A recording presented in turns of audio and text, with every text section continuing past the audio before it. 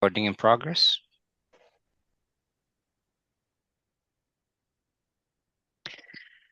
Greetings, everyone, and thank you for joining us in this session of the course on access to decent work for refugees and other forcibly displaced persons, where we're going to look into one of the key components of our program and discuss the role that social partners can play, so namely workers' representatives and employers' representatives, and the role that they can play in facilitating access to decent work for refugees and other forcibly displaced populations in specific regions around the world. Before we move into the topic of the session, I wanted to take a couple of minutes to give a few announcements really quickly so that I don't take up too much of the time that we have allotted for the session today. But I am interested in showing you, in highlighting a couple of points and in showing you perhaps quickly the eCampus webpage for this week, which is going to have some small but quite important differences compared to the week before and the weeks before in the course up until now. So first announcement is related to the group work. My understanding is now that all three groups have received the background information on the different country case studies, notably Jordan, Pakistan, and Turkey. So maybe if that is not the case, if you haven't been contacted by our tutor Sebastian with the information on the case study and on the different members, components of your group, please let us know so that we can correct that.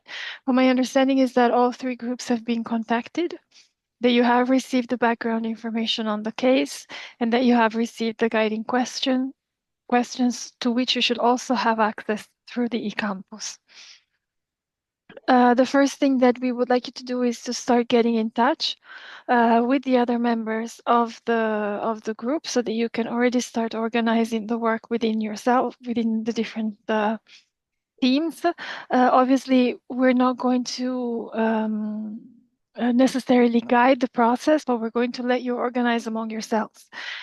For this reason, one potentially useful thing that you could do is nominate a spokesperson or a coordinator for each of the groups who will be in charge of liaising with the team at ITCILO, but also liaising with the different group members, acting as a bit of a focal point, and then acting as a spokesperson for the group work presentation, which will happen on the 24th of April. So we still have a little less than 3 weeks.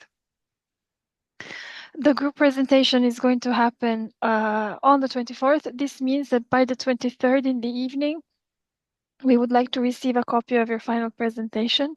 As you probably know, we encourage you to prepare a PowerPoint if that's something that makes you feel comfortable. If you would like to submit something that is a bit more narrative and less schematic, of course, it's also up to you. But maybe just be ready to present in roughly 10, 12 minutes, no more than that, during the final presentation webinar. So if you have any questions about the process, about the access to the information, about the coordination with the other group members, about anything that has to do with the group work, please feel free to reach out to me or to Sebastian, who is not online with us today, but he will be connected throughout the next few days and few weeks. So you can reach out to us if you need any clarifications or any support. And that was the first point. Second point I wanted to make, again, before we start with the session, is related to the spotlight session. And I want to let me take this opportunity maybe to show you also on the eCampus, show you on my screen. Now you should be able to see the page that I see. Let me just check very quickly. Okay, so this is the eCampus page for the program. I see that unfortunately the two pages titled Spotlight Session were unveiled, were revealed to the audience. And I see that some of you have already used this one that contains already some contributions from colleagues that participated in the previous edition of the course. This is perfectly fine. I went through them quickly. I know that there's a contribution from Anna and a contribution again from Anna. One on the work, on this idea of the one-stop digital hub, and one on the work that is being carried out in West and Central Africa. I saw also that at the very bottom there are two comments, one from Apollinaire and one from Hanan. Thank you. Thank you so much for sharing both your pitch for in the case of Anna and Anna, and also your comments and responses to what other people have contributed as well. If you wish to have something that is a little bit more clean, and by clean I mean empty, so probably easier also for you to read. This is the page that we had prepared actually for this year's edition. So you can see the course code here. You can use the same approach if you wish. You can just click on the plus icon here, which is going to turn into a little pencil. So you click and then you either type your contribution or you upload the files, the links, photos, videos, as we mentioned. So I'm going to delete this one because it was only an example. So if you have anything that you want to contribute during the spotlight session towards the end of the course, we'll be very happy to hear from you. Let me encourage you to, I mean, you can use both boards because both of them are currently available, but if you would like something that is a bit less crowded to post your contribution, feel free to use this page as well. And then last point, I did mention that this week was going to take a little bit of a different style potentially compared to the weeks that you have been using up until now. Why is this? Because the module 3 that's looking at protection and distant work is going to be split over 2 different weeks. So last week and this week we're going to work on the same module. So you will still find the live sessions at the top of the section, the one of today about social dialogue and the role of social partners, and then the one that is coming up this Friday. So make sure to note the change of date.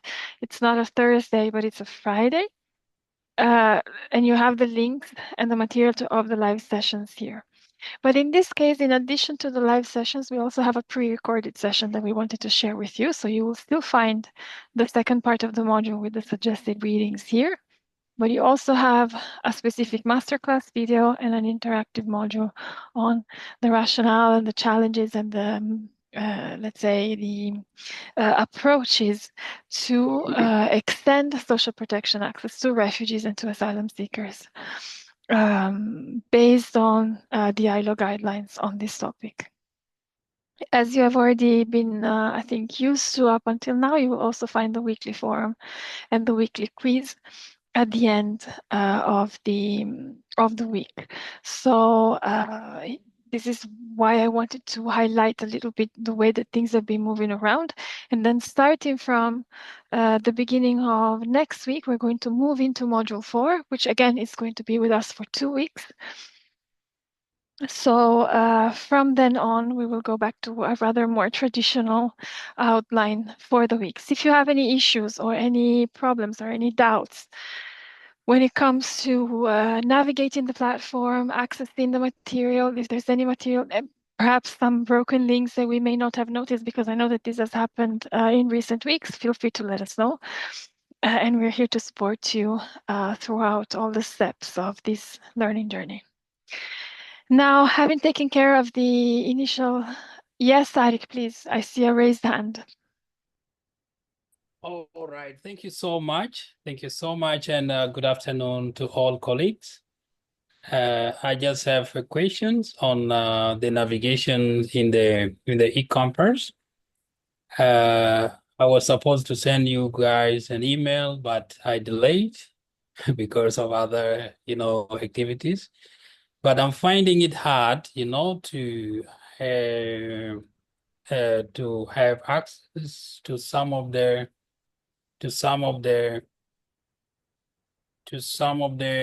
weekly, recordings.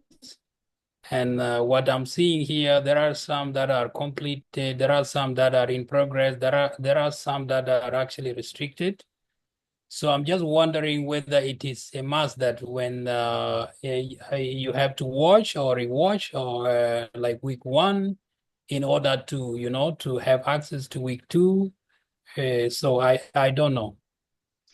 Okay, so thank you for the question. It's actually quite useful to maybe take a look at this together. So normally, what you will see are the requirement, let's say the completion requirements on the platform are linked not so much to the live sessions and to the recordings of the live sessions, but to the different activities that you have to complete, namely the quiz and the forums, which are the two most important components of the way that we assess the, let's say, the completion. The restriction that you can see here, so not available unless the last activity from the previous week has been completed. This is why. This is because we would like you to be able to maintain the flow of the content throughout the course so that you don't necessarily need to jump around week 1, week 3, if by any chance you are late in completing. But this should allow you to progress through the course by following the same flow of content that we had set out in the beginning and the sort of the narrative behind the course as well, because this is very much aligned with the structure of the handbook that you find divided into modules week by week. So the only activities that you absolutely need to complete week by week are the forum and the quiz. If once you have, so I understand that one of the things that might be confusing for you could be this tag here that says in progress rather than completed. Feel free to ignore that. It's usually linked to the last day of the course, so it's going to show as in progress until the end of the course. Normally, it shouldn't be linked necessarily to the degree of completion of the internal activities that you have. And as we had explained during the initial webinar of the course, successful completion of the course is not going to depend on having accessed all the links or watched all the recordings or read all the documents, but it's going to be assessed based on a point system. So you can earn points by completing the required activities, which are the weekly forum, the weekly quiz, the group work, and the final essay if you wish to get your certificate of achievement.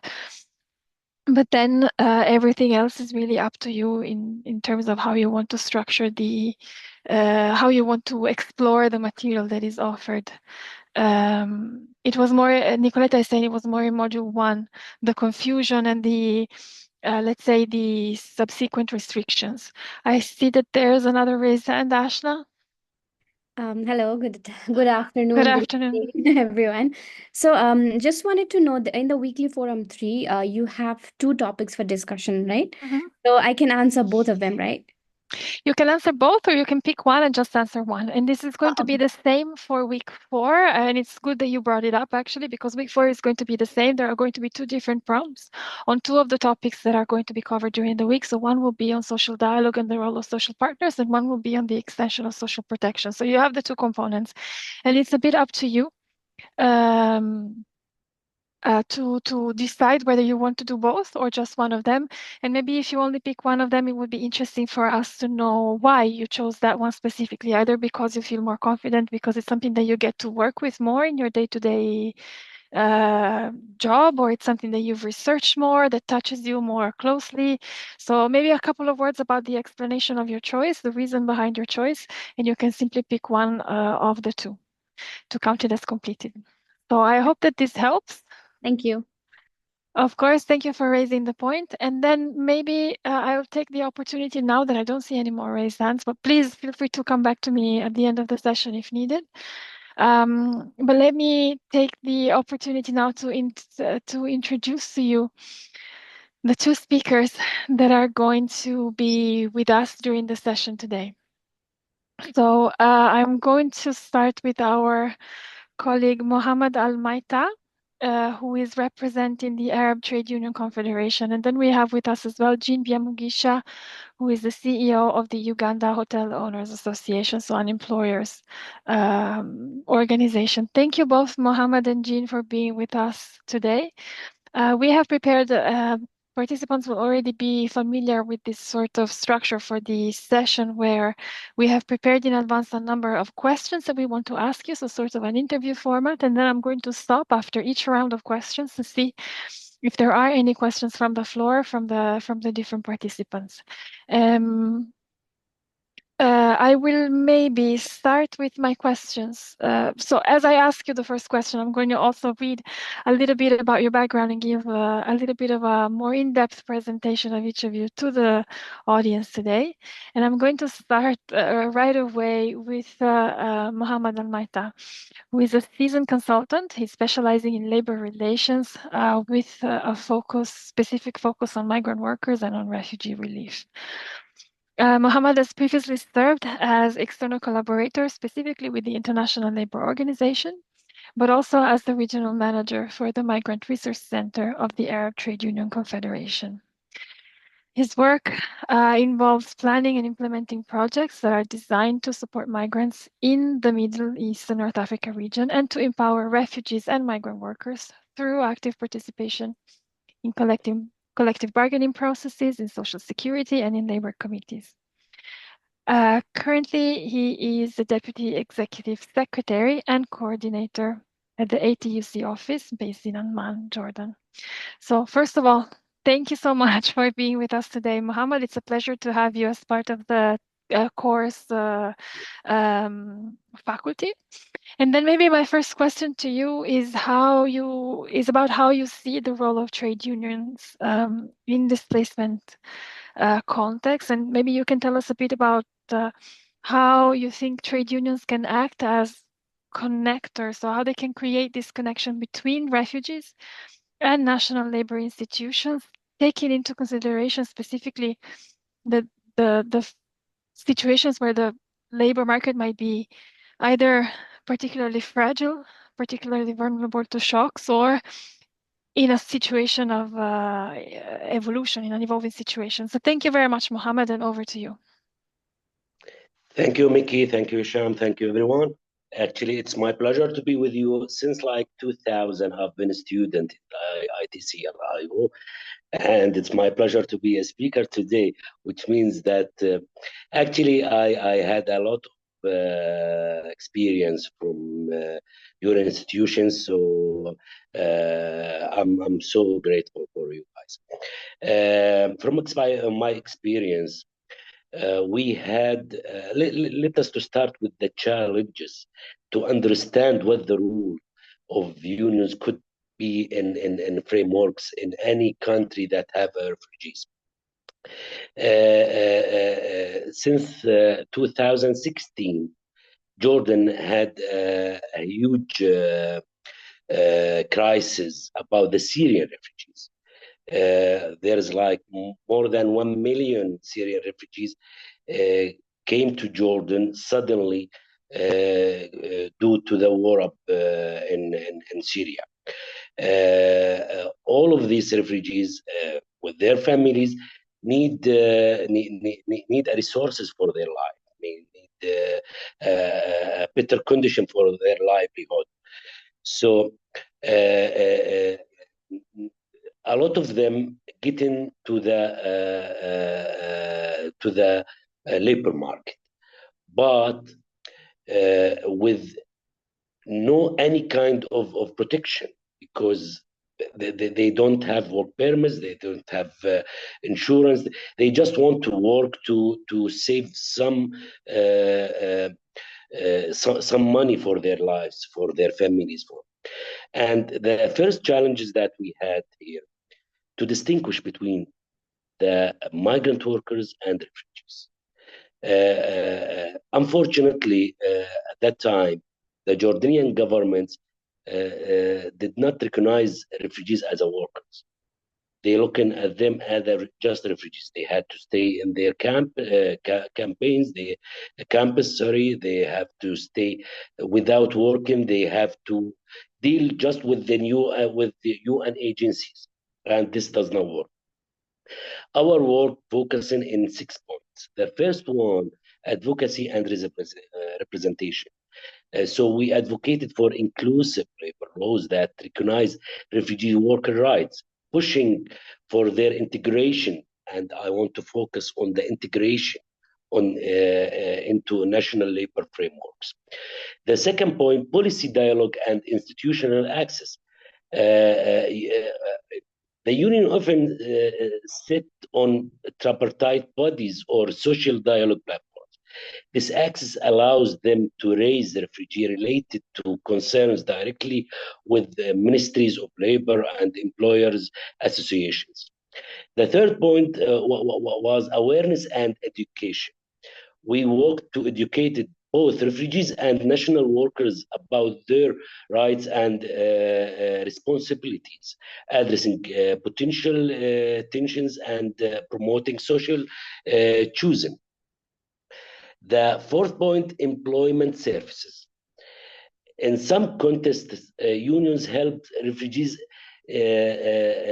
navigate bureaucratic process such as applying for work permits or accessing vocational training programs. And the fifth point, monitoring and protection. We had monitor working conditions, collect complaints, and ensure fair treatment of refugees, particularly in sectors prone to abuse like agriculture, construction, and domestic workers. The last one, building solidarity through organizing and campaigns. Unions played to promote solidarity between host and refugees workers, which is essential fragile concepts where competition for jobs may be it's not allowed. I want to focus on 2 points here: policy dialogue and institutional access. As I mentioned before, unfortunately, the Jordanian labor law does not allow for refugees to work in labor market. So the GFGTU worked a very important role in coordination with the ILO to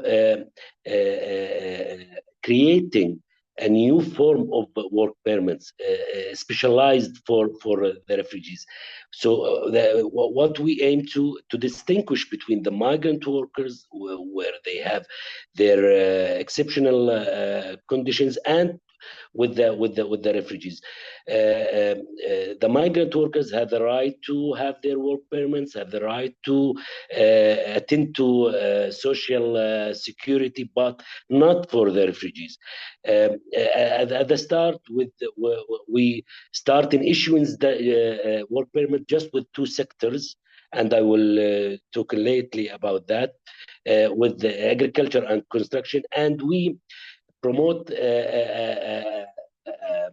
a special health insurance with the private companies out of the social security because the law does not allow at that time.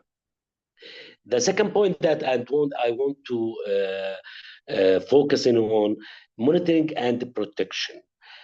Since the labor law does not allow for refugees to attend to unions, we creating a special committee for the refugees that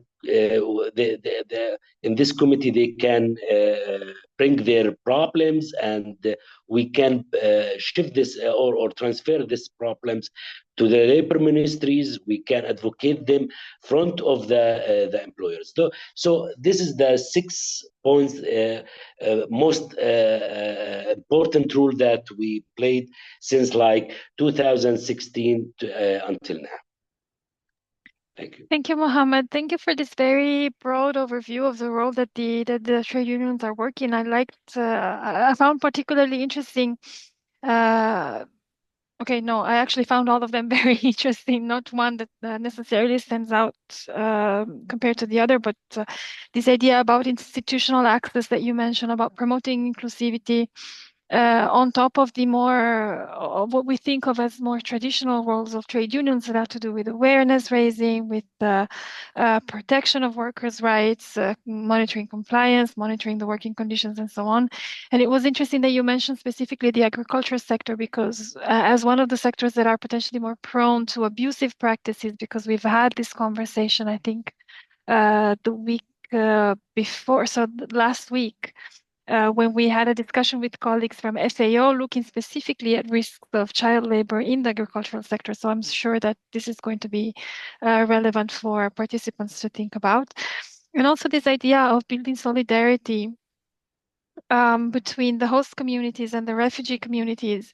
And this is something that has come up several times throughout the course with this idea, starting from the initial, I would say, the very first few sessions where we talked about this idea of leaving no one behind. And so engaging not only with the displaced population, but with the host communities as well to foster this cohesion between the two communities, to minimize as much as possible also the potential grievances or this perception of competition that is just a perception in most of the cases, and where a small investment on stronger cohesion and stronger solidarity between the communities can bring out many positive returns. So thank you for highlighting that.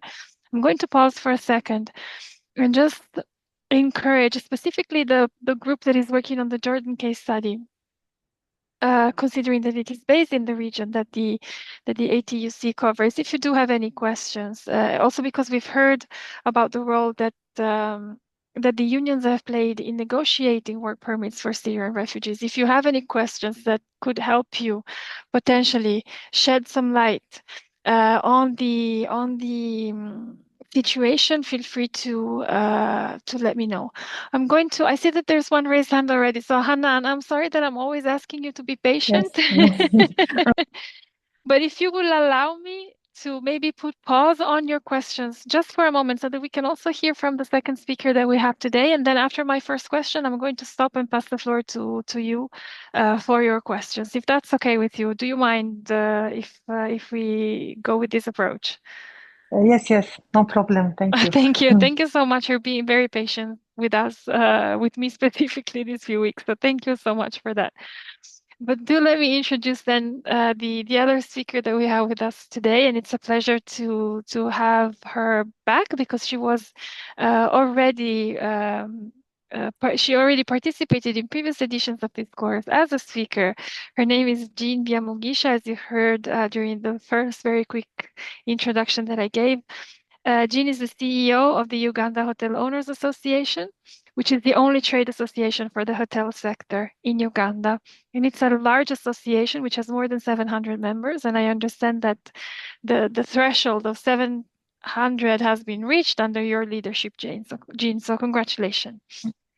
This is one of the biggest as well as the oldest private sector associations in Uganda, specifically in the tourism sector. Jean has a distinction of being the first female CEO of the association and also the youngest to hold this position. And she was recognized, she was honored both in 2020 and then again more recently this year as one of Uganda's 50 most admirable women. So congratulations on this achievement as well. Jean is also a former ITC ILO participant, so again, we're happy to be able to engage with former participants and invite them back as speakers into our courses. And as I mentioned, she's already participated again as a resource person and as expert in previous editions of this course. So it's a great pleasure to have you back, Jean. My first question to you is linked to the apprenticeship program that your association started running. It was quite a bold move, a bold step to start supporting refugee inclusion through apprenticeship. And can you tell us a bit more about how this program was conceived, what gave rise to that decision, how it has evolved, and how it's going now? Over to you. Thank you so much. First of all, I'm glad to be back, both as a student and as a panel discussant. And Michaela knows that every time she sends me an email requesting my involvement, the answer is always yes. Then we work out the details. So I'm very, very proud to be back to discuss this. I'm particularly proud because this is one of our most successful programs so far in terms of apprenticeship. Why were we bold enough to do this? Uganda is home to 1.7 million refugees. I think it's the second highest host of refugees in Africa. And the difference is for us in Uganda, the refugees do not stay in camps as we always see on television. They stay in settlements, meaning that they can go to school, they can trade, they can work, they can be employed. They basically assimilate into part of our culture and commerce and everyday living. So we had a huge unemployment problem, a huge youth unemployment problem, and so by extension, also the refugee youth were among the statistics that were giving Uganda a very big, huge unemployment problem. Against that background, the ILO, gave us some funds to start an apprenticeship program. This was the first time Uganda was carrying out an apprenticeship program. This was a pilot apprenticeship program. So we had no literature review, we had no benchmark, we were it. And we were supposed to train particularly the refugees who are part of our communities. There have been programs for refugees before, but they've mainly been in informal sectors. So how to braid hair, how to do tailoring, do some jewelry. There had been nothing that had been structured for the refugees to come into formal employment. And so it was against that background that we said, why don't we try this? Why don't we see if this can be able to work?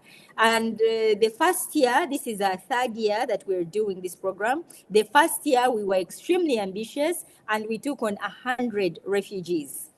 And the results were nothing short of amazing. Not only did 90% of them graduate from the program after 1 year of working in the hotels, but 70% of them were actually retained in employment in the hotels. Why?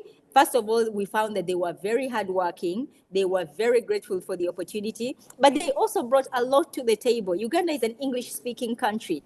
Some of our refugees are from the DRC and Congo, where they speak French. We get a very big number of French tourists coming into the country. So this was a very big plus for the hotels that actually employed the refugees who had a different language, and again this really gave them a lot of marketability. They were very hardworking, they had a very good attitude, they were very trainable, and so that gave us a huge success, much to the shock of everybody, because we had a lot of challenges to overcome, the biggest one being stigma. Majority of Ugandans know of refugees, but haven't really interacted with refugees. We know of them, we see them, but we really haven't really interacted that closely with them. And this managed to bridge that gap. We saw them as our brothers and sisters, and they really outperformed even some of the Ugandans who are on the program. The second cohort, we doubled the intake and we recruited 200 young people. By this time, we had a lot of interest from the hotels who had actually seen how hardworking the refugees were. And we recruited 200 apprentices, and they graduated in November last year, and 75% of them were retained in employment. As we speak right now, we are in the process of recruiting a third cohort of another 200 apprentices, again with generous funding from the ILO. But also most excitingly is that the other sectors in Uganda's industries are actually replicating our model, and they are trying to see how they can also incorporate that in other sectors like oil and gas, manufacturing, even agriculture. As I speak, we are getting ready to recruit young people on the ILO project, but also the government of Uganda through our Ministry of Labor has set aside funding for continuous apprenticeship programs, not just in the hotel industry, but in other industries, especially the ones that have a very high absorption rate for young people, so that we can be able to find solutions for youth unemployment for a country like Uganda, where over 70% of the Ugandans are less than 30 years of age.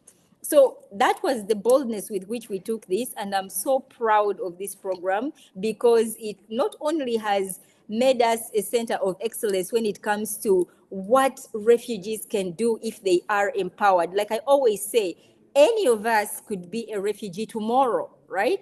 And so it is from doing this kind of work that you realize how much talent is right there, how much opportunity is there, and how much they can also be valuable members of our community if we empower them and we give them an opportunity. So as I speak right now, if anybody Googles apprenticeship in Uganda, we come out at the very top, mainly because of how successful these refugees in our country have made us. And they are so ingrained in us right now that we no longer even refer to them as refugees. We now find that derogatory because of how we have become family. And now we call them our international friends.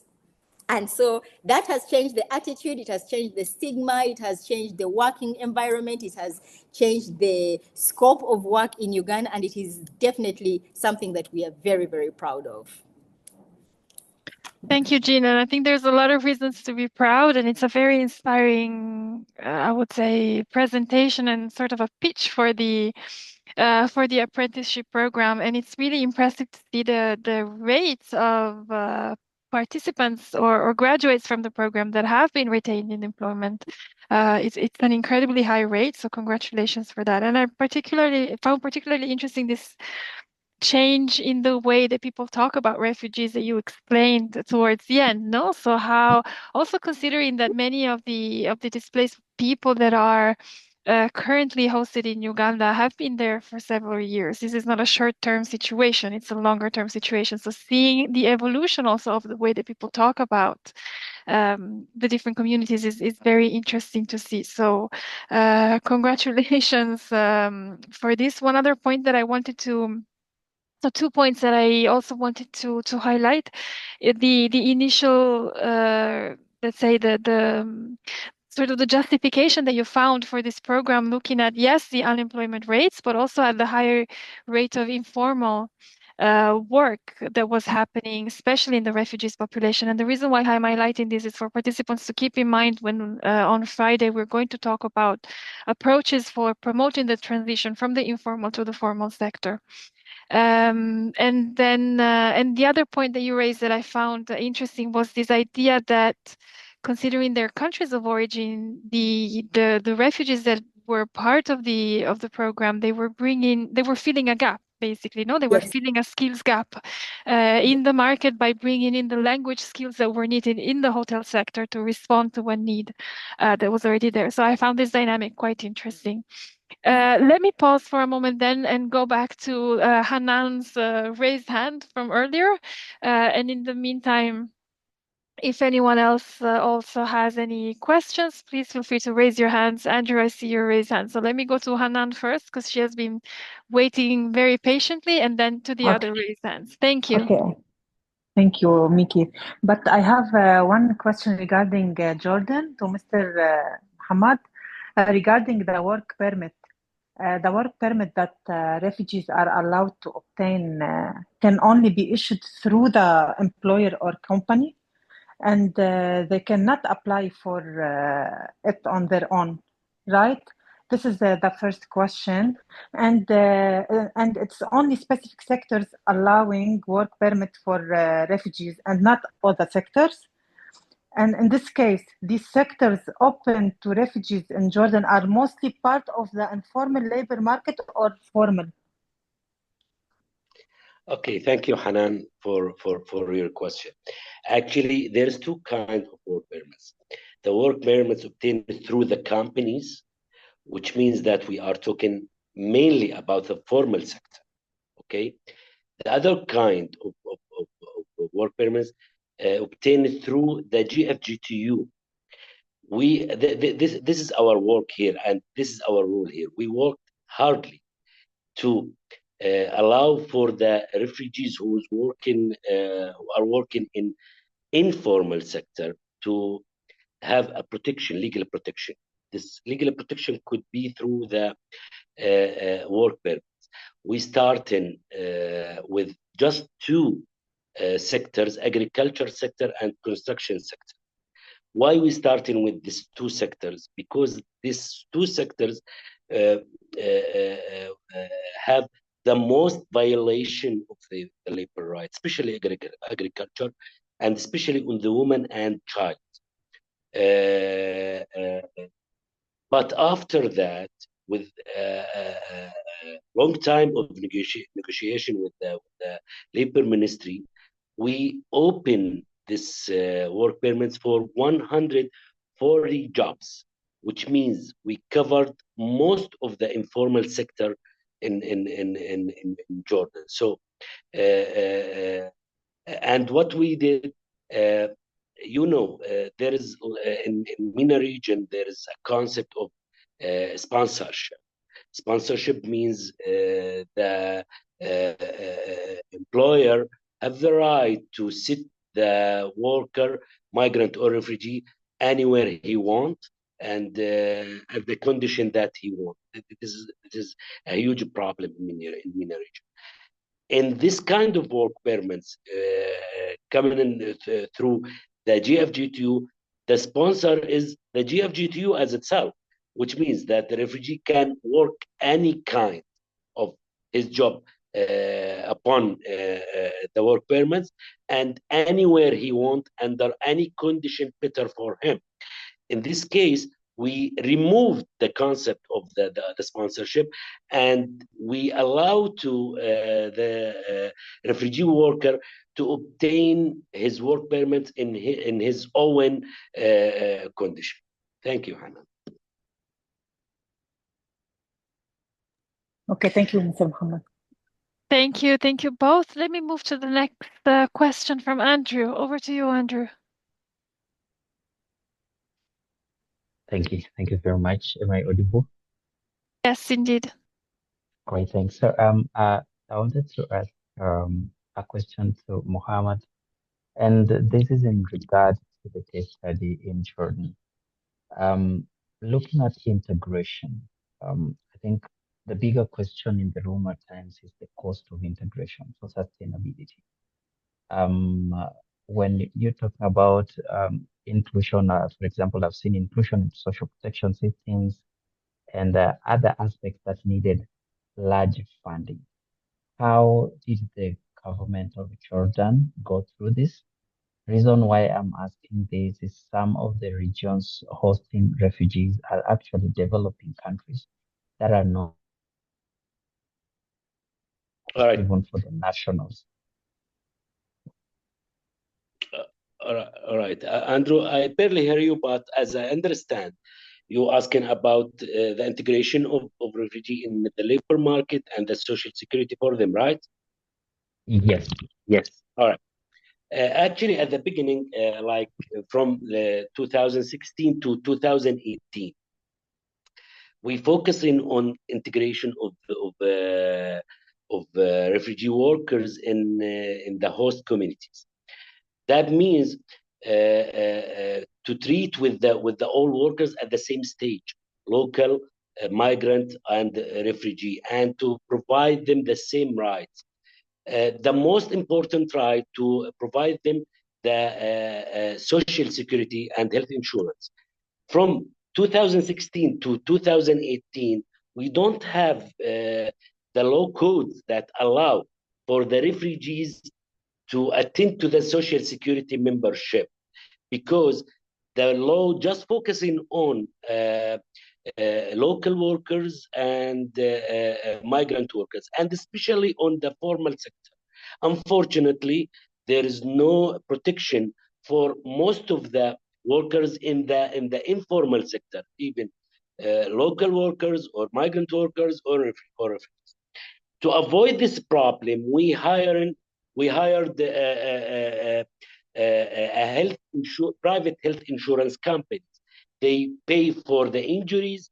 They pay for the some kind of problem while you are working. It's very limited protection, but that's what we had at that time.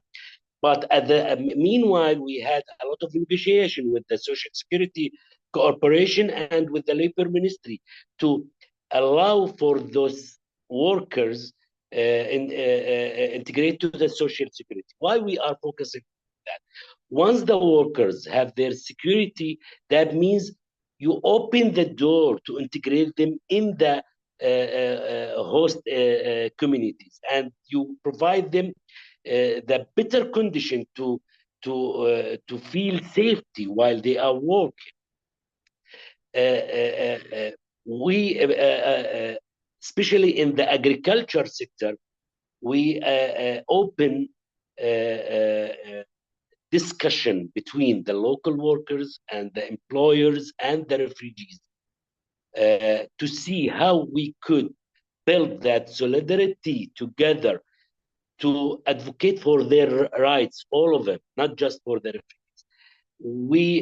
All of them felt that responsibility that they want to obtain their rights together, not just for local workers and other workers. So we work on both parallel here to integrate them to in social security, and we obtain that with the ILO coordination, and they are now allowed to attend to the social security. ILO paid for them for like 18 months pension, and after that they will continue paying for their self.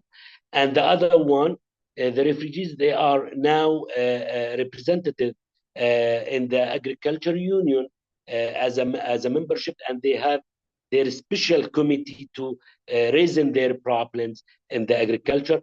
And we start open this experience to other sectors. As I mentioned before, now the work permits, not just for agriculture sector or for construction sector, it's for 140 jobs in labor market, in Jordanian labor market. But I want to go back to agriculture sector. Why are we starting with that?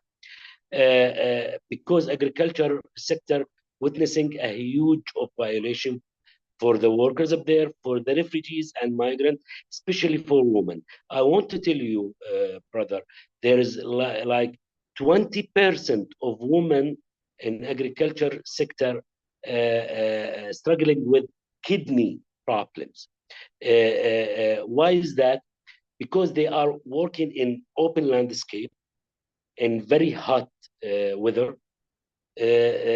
So they don't like to drinking a lot of water, because they wouldn't to find themselves in need goes to the bathroom. Since in landscape there is no bathrooms, they reduce drinking water to don't find themselves needs to go to the bathroom, which means a huge problem with their kidneys. And we have like 20% of women have this problem. Now, and it's kind of OSH conditions has to be in the workplace. Since like 2 years, we started negotiation with the employers to facilitate human needs in the work, especially bathrooms and water. And we started in north of Jordan, setting these facilities. Thank you. Thank you, Mohammed. No, indeed, this issue of as you mentioned, this issue that is related to occupational safety and health, of having the correct infrastructure to also cater to workers in different situations, is one of the points that needs to be taken into consideration when crafting the programs and when putting in place approaches to integrate refugee workers in the labor market as well. I see that Anna has also raised her hand. Let me go to Ashna, who has been waiting for a moment, and then over to you. So Ashna. Thank you, Miki. So my question goes to Mr. Mohammed. So as he mentioned earlier, that unions have helped refugees navigate bureaucratic process. So bureaucratic process generally is taken as a red tape in most of the countries. So how challenging would you describe this process, like navigating the refugees who are already in a difficult position, and how challenging was it for you to help those refugees navigate this process? Thank you. Thank you, Ashna. As I mentioned, we started with two sectors, okay? Construction and agriculture to issue work permit. But we found most of the workers applying for this two sectors, even they are don't work in these sectors. For example, the bakeries, the workers who work in jewelries or in manufacturing or in supply chain, something they applying for that work permits, agriculture and construction, because they don't have other choice. They want to integrate to the labor market.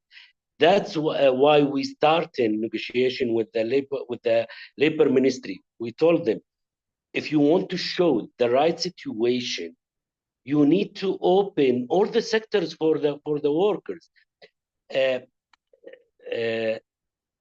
We found a problem here from the host communities.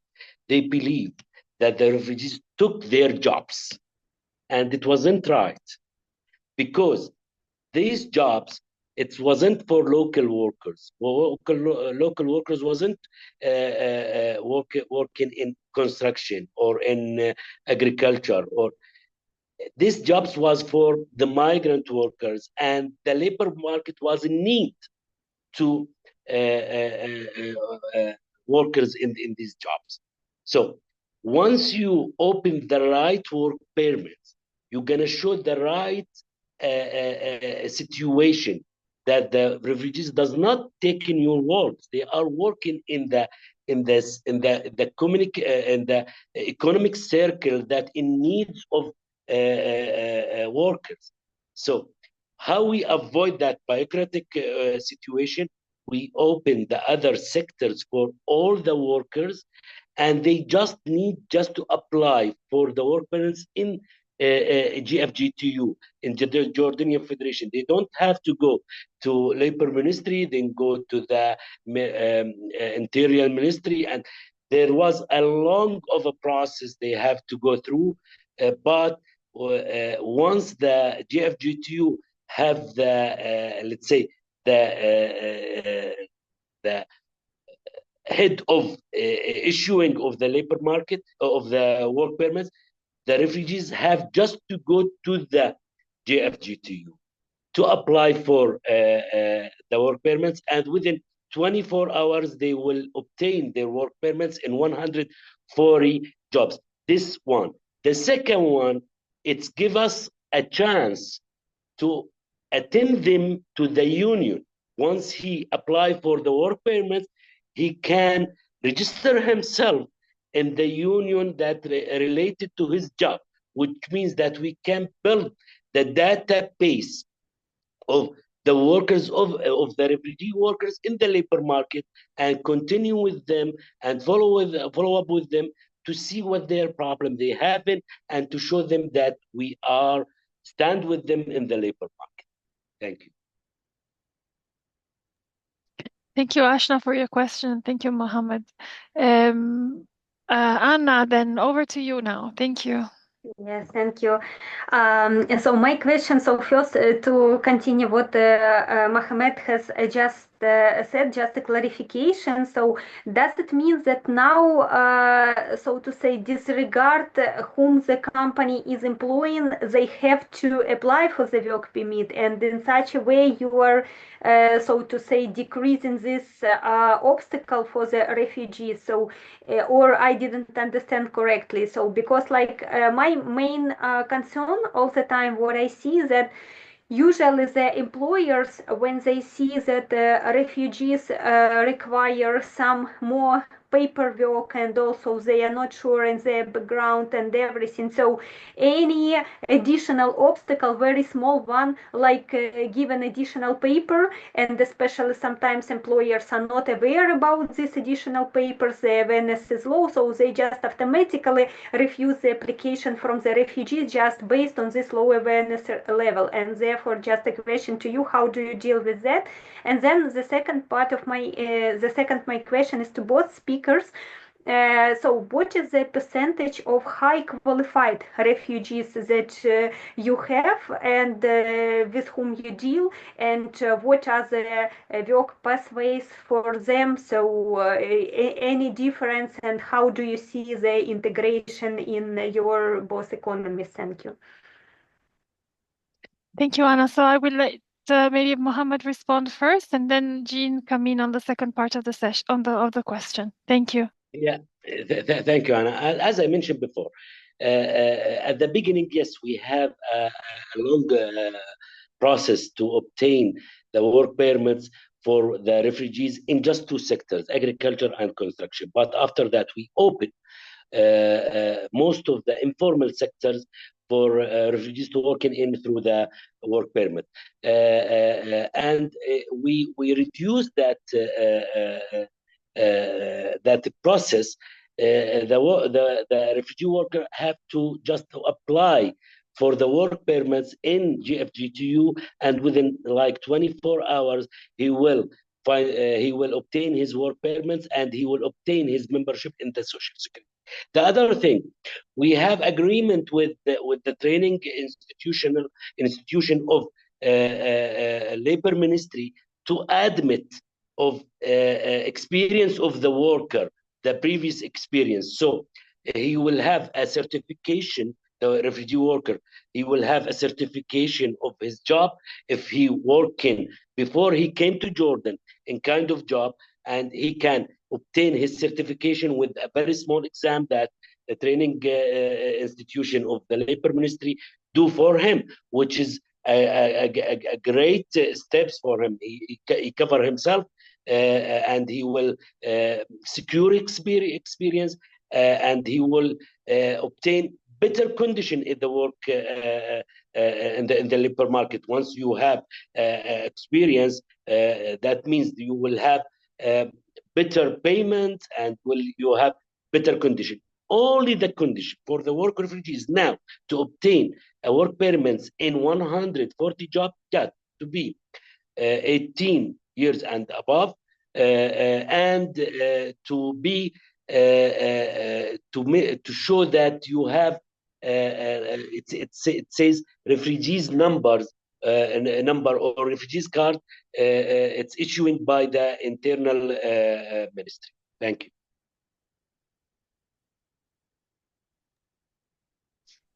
Thank you. And Jean, I don't know if you have anything that you maybe can share about the engagement of higher skilled refugees, if I understand correctly, if I remember correctly your point, Anna. Yes.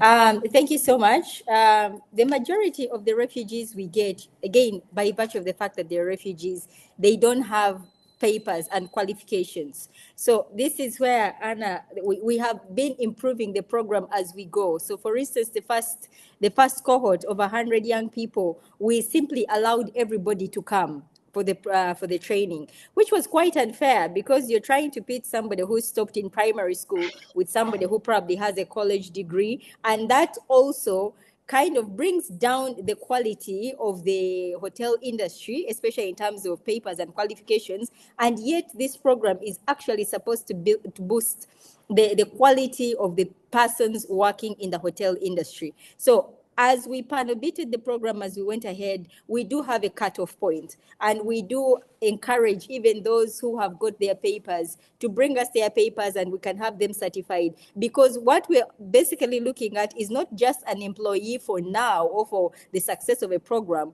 We want them to be able to have the kind of qualification that they can use around the world. So these qualifications are certified by the Ministry of Education in the Directorate of Industrial Training, and they are a way in which, or confirmation of the formality of the training that they have received, and they are internationally recognized certificates, which is why some of the best success stories we have are the refugees who later have gone back to their own countries of origin, and they have either managed to start their own businesses, or they have continued working in the hotels and being able to transfer some of the skills that they learned from us here in Uganda. So the formality of the paper is something that we are very, very strict with right now. As we go into the third cohort, we hope to continue tightening the criteria in which we recruit them, because ultimately we want to be able to have somebody who can who can speak at a world stage and give his own experience as a refugee who is now a general manager in one of the big hotels back home. We are going to carry out a tracer study at the end of the 3 years, just to make sure that the impact is actually permanent. We want to see if the ones who were retained in the first year, and that is now about 2 years ago, are still in employment after 3 years, because we are now looking at not just the implementation of the program, but also sustainability of this program going forward. Thank you. Thank you, Jean. And I think you raised two very important points in your answer to the question, which is one, the recognition of qualifications and the recognition of prior learnings for displaced populations and refugees, which is something that we're going to try and address next week as we move into module 4, which is a very complex and very, let's say, layered issue when it comes to decent work for refugees. And the second is this issue of ensuring sustainability of these programs, which often are launched under the or with the support of international organizations or internationally funded projects. And then there has to be this reflection about how we can carry on the activities even after the project is ended, so that the new initiative, the new approach, in this case, the apprenticeship program, can stand on its own two legs and can be replicated, expanded, even beyond the life cycle of a specific program. So this is also food for thought and food for reflection for the upcoming sessions. I see, Andrew, you still have your hand up. Is this an old hand from before, or is it a new one? And same question to Ashna. Sorry, a hold on, sorry. Okay, thank you. And Ashna, is this a new hand or an old hand? Yeah, this is a new hand actually. Okay, please go ahead. Yeah, so I have a question for Jean. Is there any specific aspect of your apprenticeship program that can be replicated in other refugee hosting countries? This is my first question. And my another question is, do you have any stories to share where communities from Uganda and the refugees have worked together and learned from each other? So is there any instances, any success stories as such? Thank you, Ashna. Over to you, Yes. Jean. Thank you, Ashna.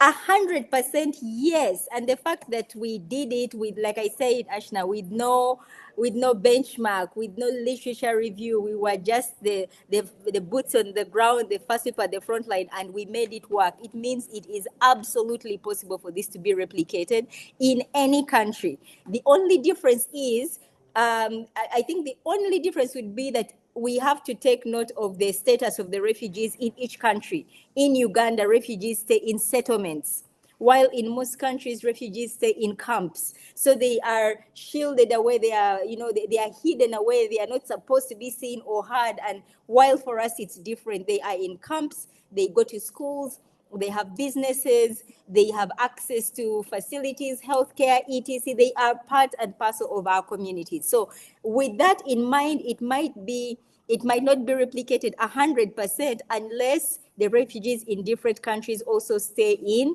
settlements. And ultimately, I think that's what we should all be pushing for, looking at how complicated the world is, that refugees should not really be treated like animals in cages, but rather be embraced to be part of our communities, because they are valuable members of our communities, and they do have a lot that they bring onto the table once they are given the chance and the opportunity.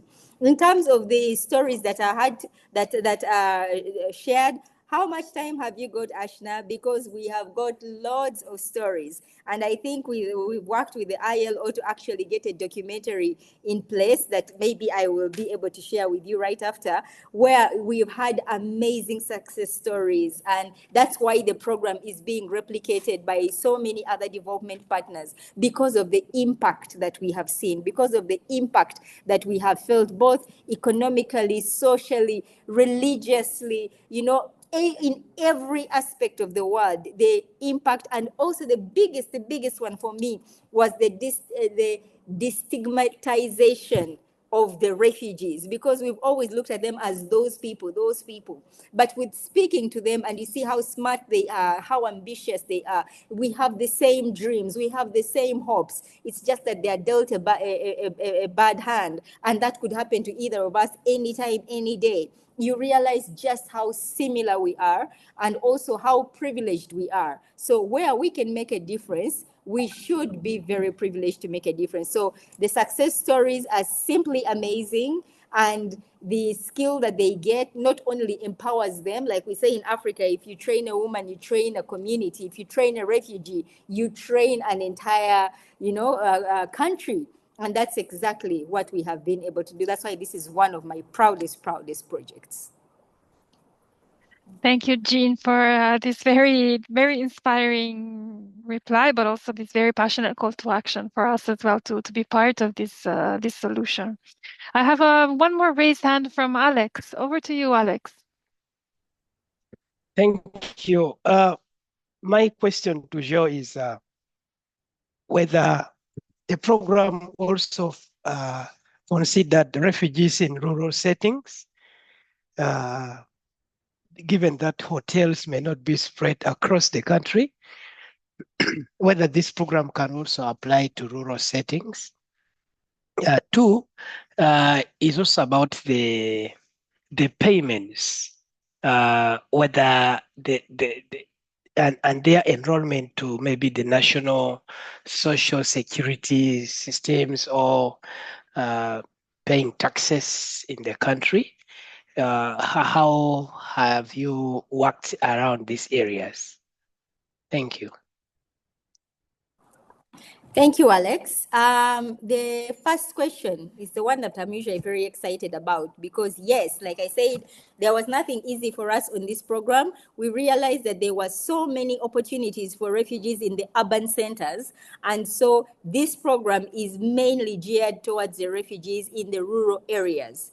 The rural hotels, and also the refugees are picked from, again, the majority of refugees in the settlements stay outside of Kampala, and so they stay in the rural areas.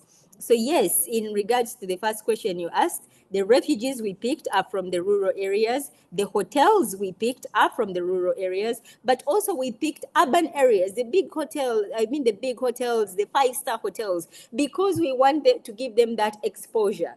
They always say that a child who does not leave his mother's home and doesn't thinks the mother is the best cook. And that's what we are trying to avoid. Somebody grows up in a rural area, goes to school in a rural area, works in a rural area. What are you doing to that mind? We want to be able to expand that mind. So we have the big urban 5-star hotels on board, and we move these kids around all these hotels so that they can be able to get the exposure to the technology, to the clientele, to the, to the optics of these hotels, so that they can be able to see the difference between a 1-star hotel and a 5-star hotel. So we've tried to give them as much of an opportunity as they can, including opportunities to use these very high-powered equipment in hotels, so that when they do go back home, they really do have something they can add to their communities. They are not just training or talking about the same things that everybody else has seen. We want to open their minds, open their dreams, open their hearts by showing them what is possible, right from their small communities to also having the bigger dreams. So yes, the majority of the training in rural settings, and this has also boosted the hotels and grown the hotels and empowered the hotels. And then we also have that component of the urban setting for the kids. The second question in regards to enrollment, like I said, for us in Uganda, the refugees stay in settlements, so they are already part of our commerce and our system. And one of the things that we do on this program is to go by all the employment and labor laws. So these apprentices, they have contracts, they have bank accounts. Where possible, we pay their taxes, we pay, you know, so every benefit that accrues to a permanent staff of the hotel is one that is extended to our apprentices as well. They are internationally protected persons, so we take extra care when it comes to the benefits of the refugees in these hotels, but we also make sure that every opportunity and incentive for hotel staff also by extension accrues to them once they come to us in the hotels. Thank you. Thank you, Jean. And again, one of the points that you raised about ensuring that the participants in the apprenticeship program have access to bank accounts, have access to financial services. This is also something that we're going to explore a little bit further in the upcoming weeks. So perhaps to keep that in mind for the participants, this is again something that we're going to come back to. I see that we have about 15 minutes left in our session. I don't have any raised hands at the moment. So maybe let me propose one last question, maybe to both of you at the same time. We've heard a lot about your experiences on the one hand, from the point of view of the trade union in facilitating access to jobs and to work permits, specifically in the case of Jordan, for refugees. And on the other hand, from the employer's point of view, we've heard about the work that has been done in ensuring access to work through apprenticeships. So we've seen the different roles, I would say, of facilitation that both employers and workers can have in this context. Now, we've also heard questions about the replicability, the adaptability of these types of interventions and of approaches to different contexts, different countries, also across different sectors. So maybe in closing, my one question to you would be, if you had to give advice to someone from a workers' organization or an employer's organization in a different country or in a different context that is suddenly finding themselves having to face the challenges that are often posed by the presence of a large displaced population in their country, and they're starting to think about promoting refugees inclusions, what are the 2-3 things that you would tell them to pay attention to? What is the main advice that you would give to this person who is just starting out on a similar path as yours? And maybe I would let Mohammed respond first and then come back to Jean in closing. Thank you. Thank you, Mickey. The first thing we need to focus on the social dialogue, actually. We need to bring all the partners on the same table to see all of the ideas or all of the point of views. Once we are talking about refugees, we want to put in our consideration the hate culture. A lot of local, I'm not talking about Jordan, I'm talking about the region as itself. A lot of local workers feeling that the refugees will steal their jobs. You need to open the discussion between all the partners in host communities about the potential situation or the opportunities that refugees could play.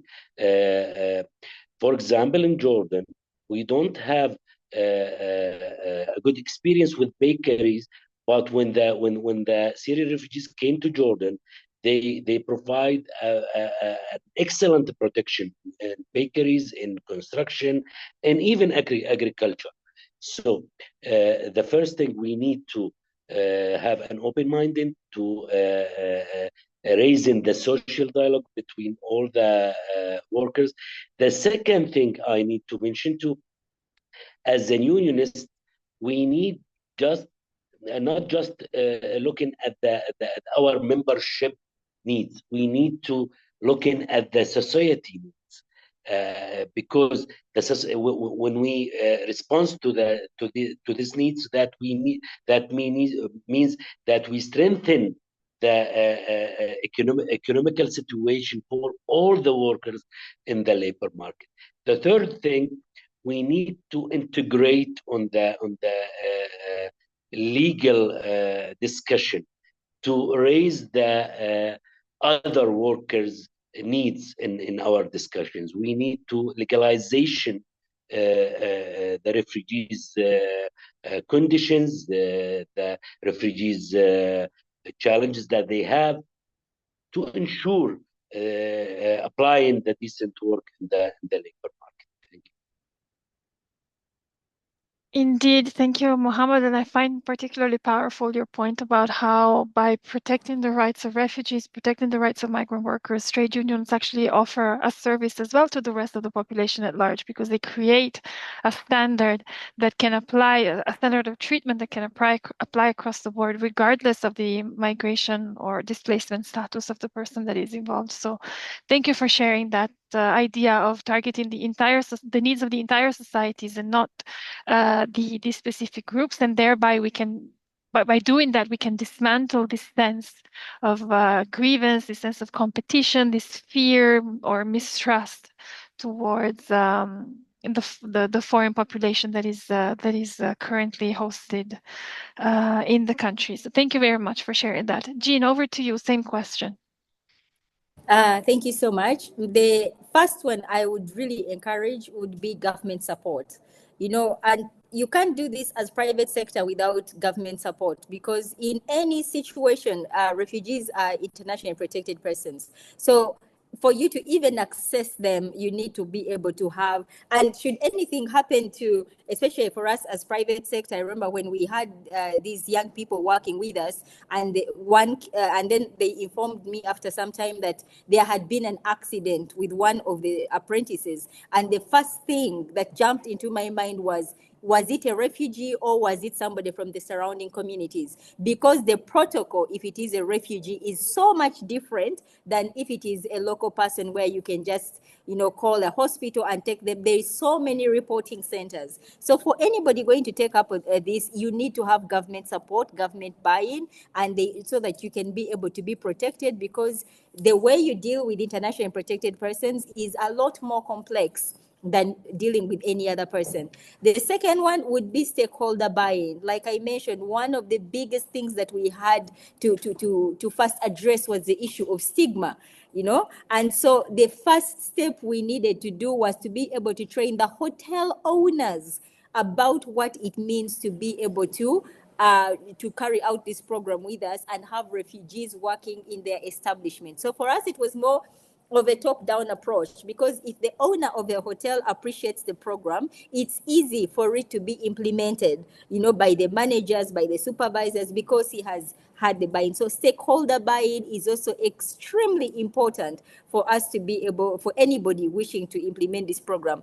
And the final one for me would be development partnerships with development partners.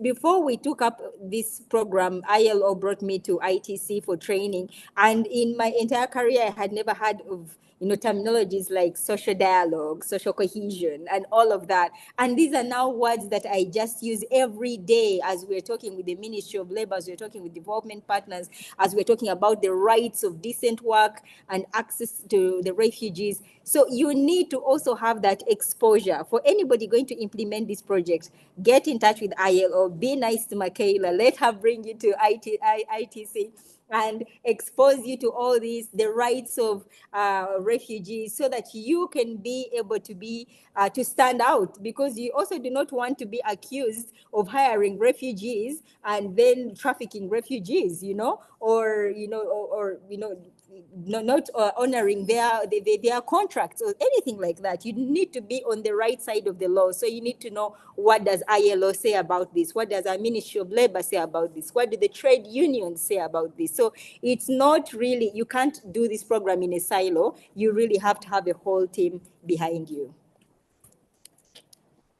Thank you very much, Jean. And it seems to me that a common trait between your response and the one that we had from Mohammed is this idea of bringing all the relevant stakeholders to the table and making sure that the dialogue that is promoted between the different stakeholders is productive, but it's effective, but it's also inclusive of all the voices that need to be heard, so that it's a really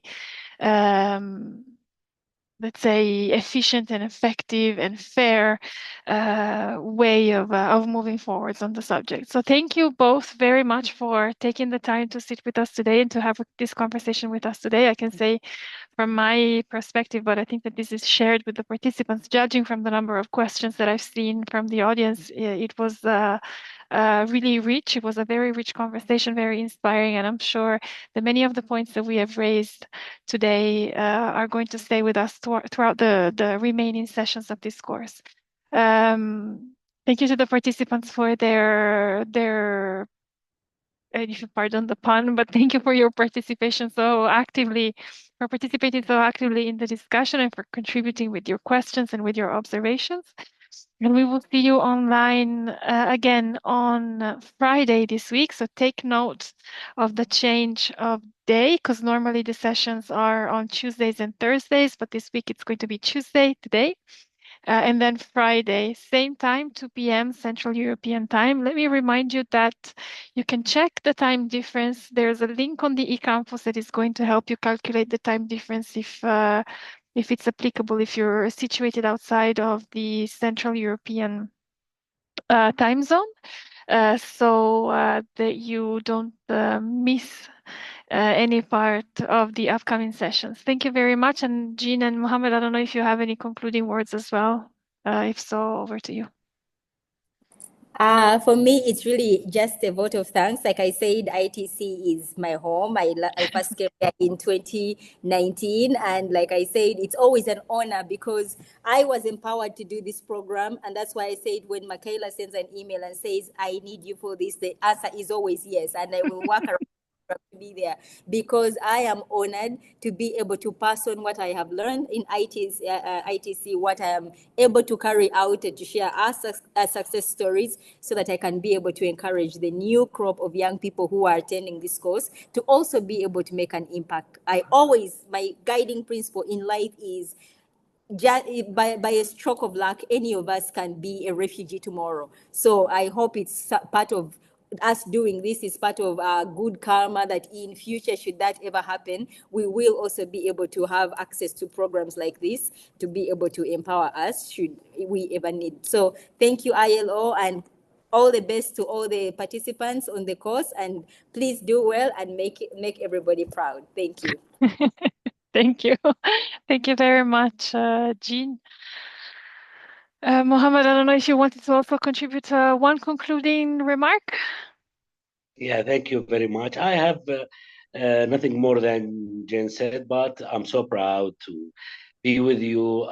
As I mentioned before, like 15 years, since 15 years, I've been a student in this great institution, and I learned a lot of them. And so proud today to talking about my experience in uh, such a field for refugees and others. And I want to just to mention as people working in the labor rights, following the ILO standards, we need to look in at all workers at the same stage. No discrimination between local migrant or refugees. All of them are people. All of them are human. Have the rights to have their labor rights. I'm proud of ILO that following up every step and every practices in Arab words about the migrant and refugees. And it was a great opportunity for me today to have both the workers as a union and the employers, Sister Jane. And we found out that both of us on the same stage, talking about the same concept. That means they don't have a conflict. We need a solidarity together to obtain the refugees and migrant and local workers' rights. Thank you. Fantastic. Thank you so much for this inspiring closure. And thank you both for the vote of confidence and the good testimony towards ITC. This is much appreciated. And as I said several times, it's always a pleasure to be able to re-engage with former participants and to help showcase the good work that they have been doing. So let's all be part of this, of the efforts toward creating a society and environment that is more inclusive and more equitable and more fair for displaced persons as well. So thank you all very much. We will see you back online on Friday. And in the meantime, we're always just one email, one message away. If you ever need support with the course material, with the requirements, with the activities, please feel free to let us know. Thank you all very much and see you soon. Bye-bye.